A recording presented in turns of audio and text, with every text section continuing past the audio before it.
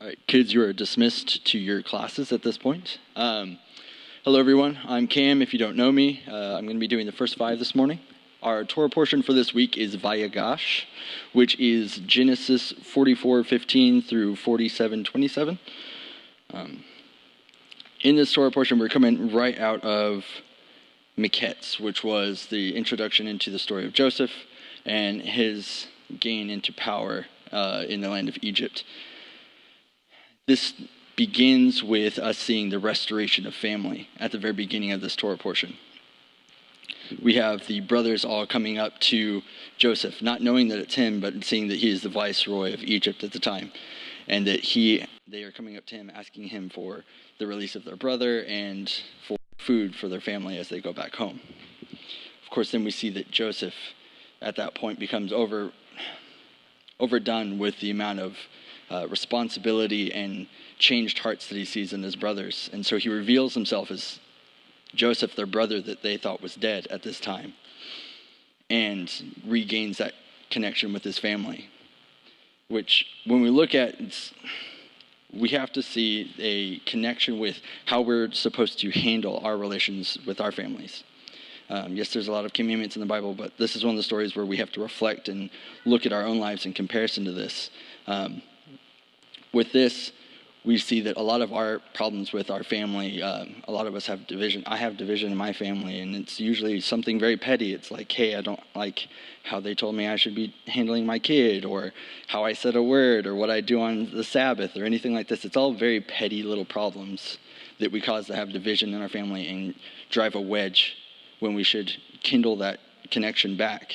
Because along with God being our Father, and a lot of the times when we go to church services, we are taught that God is our Father, and to have a healthy fatherly view, we're also to understand that we are, as a body, a family.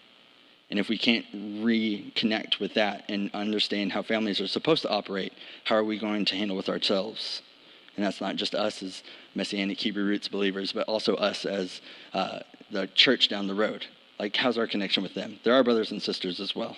What little petty wedges are we driving in between ourselves? So that's the intro into this Torah portion. Then we'll go a little bit further. And as he's, just a little bit further, as he's going into talking to his brothers, he sees that they are emotional. They are just distraught. They can't believe their eyes that this is their brother that they thought was gone. They sold him into slavery and had told everyone that he was dead for years, decades. And so they have probably established at this point that their brother was dead. They had come to terms with that, because it was the truth that they made up here by saying it, repeating it. That became their truth. Anyway, when he reveals himself to them, he says this in Genesis 45:5.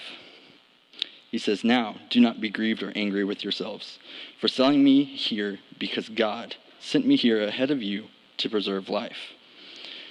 In this, we can kind of look at it with a why do good things happen to bad people perspective. Or why do bad things happen to good people? I totally mixed that up. Great. Dyslexia hitting me. So why do bad things happen to good people? Obviously, while Joseph was in the land of Egypt, he was doing great things. He was revealing God to a foreign land. He gained power. But it seemed that there was always a hardship following him. Even from a small age, he was called to be a servant of God.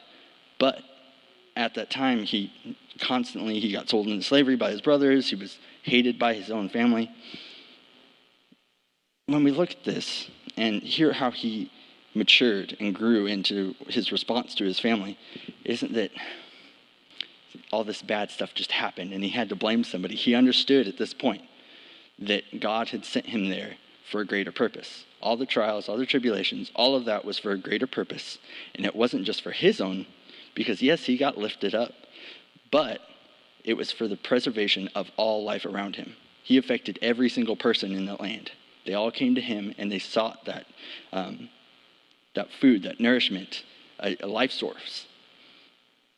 So when we look at our situations in life, all the things that we think are petty, horrible situations that are like, I don't know how I got here. I do this. I follow the commandments. I go to Sabbath. I'm reading my Bible all the time. Why is this bad thing happening to me?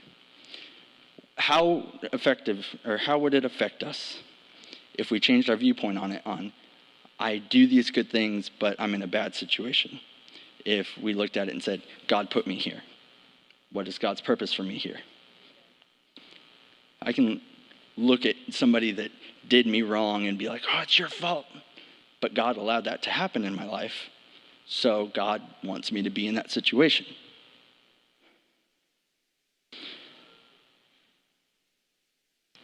God used Joseph to lift up the power of an enemy, Egypt, and restore the power of Pharaoh at that time. But even though those people knew God, they didn't stop practicing witchcraft. They still had divination in the land and all that. But they knew that Joseph, with God, had mighty power. So I'll try to hurry this up because I'm watching the clock finally, and I'm sorry, Ephraim. So in doing this, going to the land, lifting up somebody else that wasn't even a good person, Pharaoh had his thought that he was God. It allowed for the longevity of God's people, but also all the people around them. So sometimes when we're put in bad situations, the reason that God's going to use us isn't for our own power. He will lift us up in that moment, but it's for the longevity in the life of those around us. I'll skip some notes.